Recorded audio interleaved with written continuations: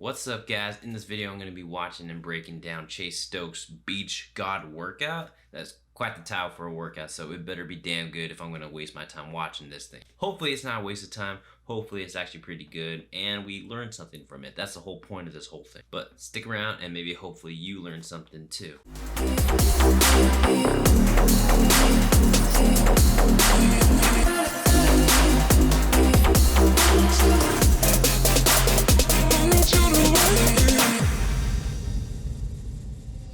You can say hello, but I don't need you to like.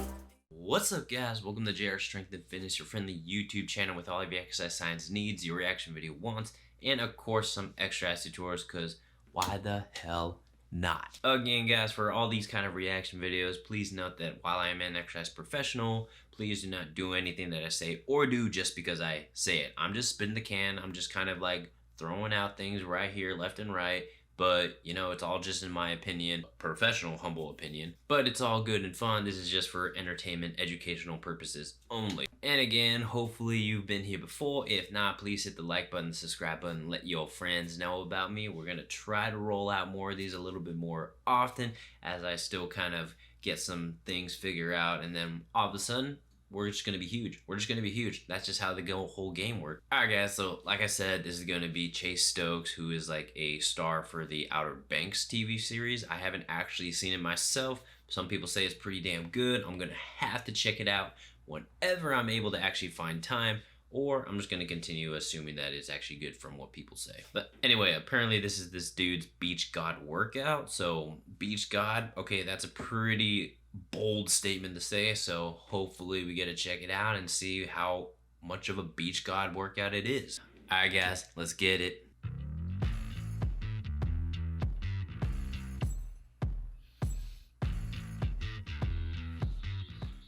I'm Alex Fine with Almost Home, and we're in the Almost Home gym today for Chase's workout, the Saturday Swole.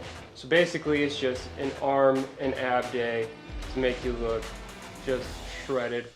Wait, before we jump into it, I think I saw him using blood flow restriction already. Like, okay, like jumping right into it. So let's see how they actually use it. Hopefully they explain it, because it is an interesting training concept. With this arm and ab day, we're going to start off with three things. A lot of it's going to be max rep today. So we're going to do dips. We're going to do max rep dips with 5 second down. So we're going to go 5, 4, 3, 2, 1, and then press up as many times as you can. Right after that, we're going to do plyo push-ups for 15 to 20. Ooh. So you're going to go all the way down and then cross your hands, switch over. Then after that, we're going to finish with 5, 5, 5 pull-ups. 5, 5, 5 pull-ups are 5 wide grip, 5 close, 5 underhand. So we're going to move through this quick for 3 rounds. Straightforward upper body circuit. Like, okay, I like it, especially if they're targeting just the arms and upper body for that day. Then yeah, sure, that makes sense. What was interesting is that when they said the max reps on the dip and then they had like 10 reps put down there, I'm not quite sure what happened there, but it's whatever. But anyway, so yeah, obviously dips are like a phenomenal exercise for the triceps, the chest, etc. Obviously, if there's some shoulder problems, you don't have to force it or anything. Most people I work with, they're just gonna do a different variation of push-ups or any sort of press. So dips are obviously good if it works for you. And then obviously you have the plyo push-ups, like, all right, that's next level. So yeah, no, all right, I like it. I like it so far. A little spice. We are going to go on to the second circuit. This is mostly just biceps and triceps. We're going to do barbell curls to the forehead. So forehead, barbell curls, whatever. You're going to do that 20 times to your forehead, and then we're going to go 20 halves. So we're going to do that with the barbell. After then, we're going to go to the cable machine, and we're going to do a rope try, and basically we're going to do 10 rounds of 10 reps, and each round I'm going to choose a random weight. Triceps we're only doing 1 time. Wait. The biceps we got 3 rounds. I'm gonna have to look back and like see if I saw that right. 10 sets of 10 reps at random weight. Okay, that seems quite a bit. like that's German volume training right there. The 10 by 10 life. So they've actually done studies on this, and they've actually shown that the 10 by 10 German volume training actually is a little bit more detrimental than something like a 5 by 10, because on a 5 by 10 I'm still getting a lot of sets and a lot of reps. At the 10 by 10, it's almost like too much going on that the body actually is not able to recover optimally, and you're just not going to get the better results. So that's what those kind of studies have shown.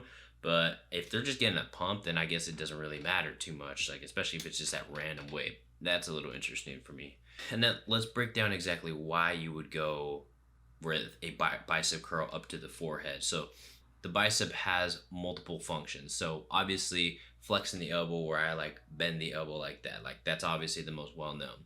The supination is where I kind of flip my hand up to the ceiling. That's why if you notice, like let's turn off this side real quick. Okay, so if I hold my arm up here, like I know my biceps a little kind of small right now, but it's okay. I'm cutting, it's okay. But if I were to flip my arm, then the bicep starts to kind of roll up a little bit, right? So, and then obviously if I flex it at the elbow, and then the third thing is the shoulder flexion, a little bit of shoulder flexion where I lift my arm up like this. So yes, if you were to do a barbell bicep curl with the primary flexion occurring at the elbow and the shoulder, like yes, you are going to get a little bit more of that bicep activation. Probably not going to be lifting that heavy. That's okay though. And then obviously just the 90-degree bicep curls. So okay, straight arm workout so far. So we know how this is going to go. We're going to start off and doing 10 just regular curls, palm up. He's not going to move or start swinging at all. It's just strict curls for 10, and then we're going to go 10 hammer curls, same thing, super strict. And then we're going down to the ground and doing tricep floor press essentially. Start up, position neutral. We're going to have elbows down, roll all the way back until the tops hit the ground behind your head, elbows in tight, and then straight up. So down, roll back, straight up.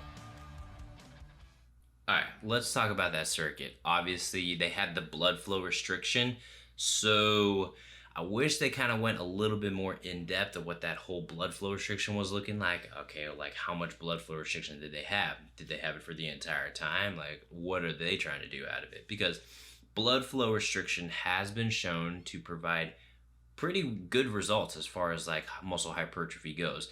So ideally you're lifting weights that are significantly lighter than what you normally would. So for example, a lot of blood flow restriction workouts have been used in kind of bedridden patients before. So they can't necessarily, or injured people where they have some sort of ailment that they can't lift at the same intensity.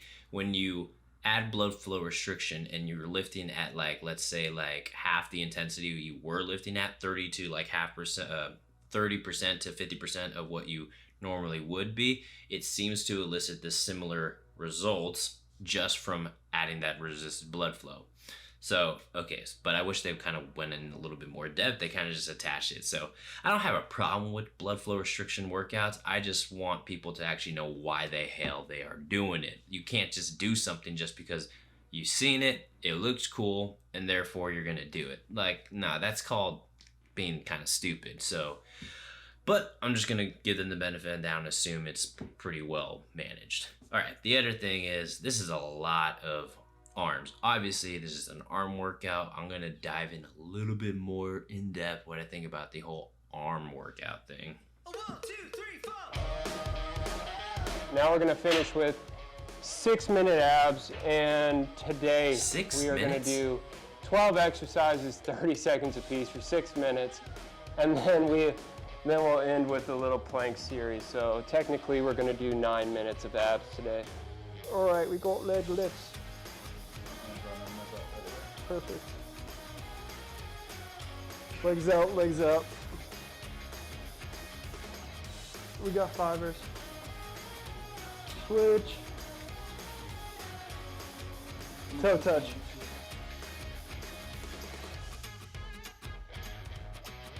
V up, sit ups. So V up, back down, sit up. suitcase.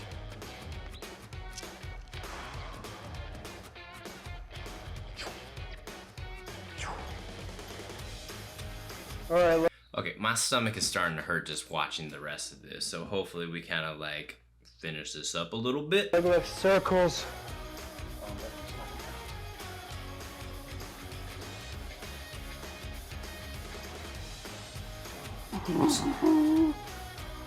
This is for all you horse snipers out there. Oh, that was 6-minute abs. We are gonna finish off with planks and then ab rollouts, but they're special ab rollouts. Basically, we're gonna do single leg ab rollouts. So we're gonna do 5 left, 5 right, 5 middle, while I'm holding a plank, and then we switch. Oh, we're doing this 2 times and we're done. All right, so finish our workout. I feel like I'm partially dying, but in a really good way, I would say. That's it. Thank you, Men's Health, for coming to the Almost Home. Okay, that was a lot to process.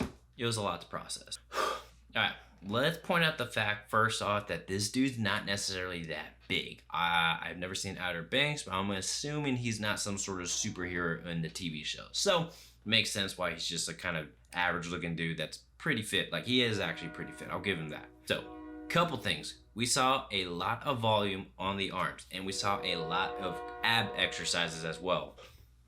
Okay, I don't know if you can hear that, but there was a train in the background. It's annoying as hell. I can't believe I have to live in this goddamn place for so much longer. I'm like, God damn it.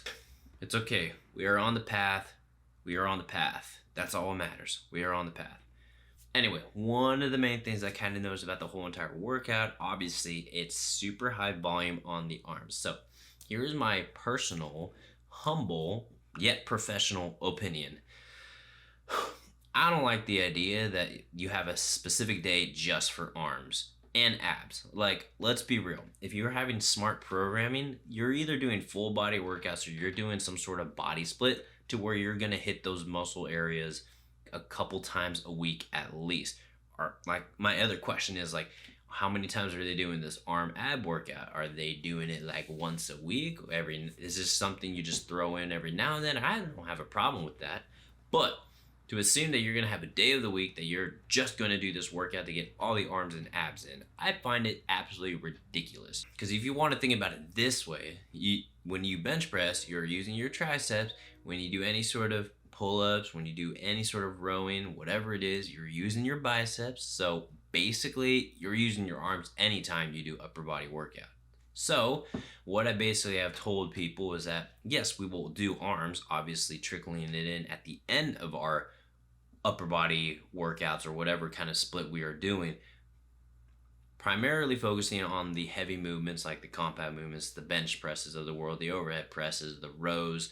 I tell people all the time, believe me, if you're doing like weighted pull-ups or chin-ups, your biceps are going to grow. If you're getting heavy on those overhead presses, your triceps are going to grow. That's just kind of how it works. Nothing wrong with doing some isolation exercises for the arms, but to have it a complete day where you just demolish those arms, like what if they're doing like chest day tomorrow or the next day or back day or whatever it is?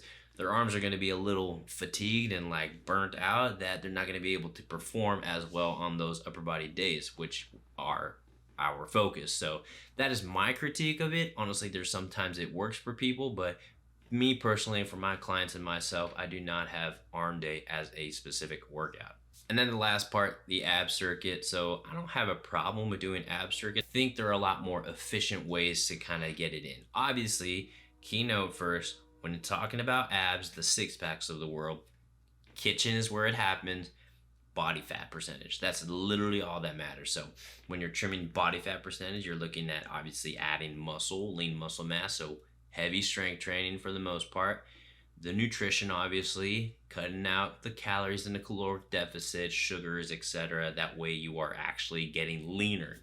Everyone has a six-pack. It's just tucked underneath a little bit of layer of fat. Me too. Otherwise, I'd be shirtless right now. But obviously kind of sprinkling in the ab exercises at the end. I'm a super huge fan of the ab roller, obviously. That eccentric component that occurs in the ab roller, you're gonna feel it the most. I'm not a huge fan of a bunch of different variations of crunches and sit-ups and leg lifts. Like, yes, there are a couple that are like top notch, and just focus on those.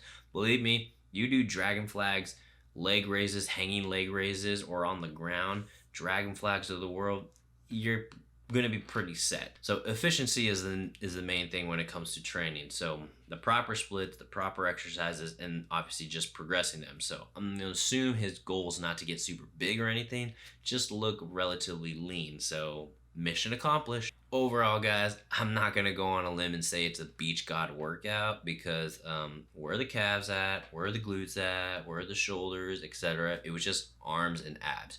If that's what classifies as a beach god, then whatever, I'm a little behind the times. But I'm pretty damn sure that tapered V shape, wide back, broad shoulders, and obviously, you know, legs and everything like that, pretty sure those matter, but who am I? Anyway, guys, I'm kind of rambling on. I need to cut it because I can say a lot more, but we're going to call it good there. So anyway, guys, hopefully you enjoyed the video. Please hit the like button, subscribe, let your friends know about me. And until next time.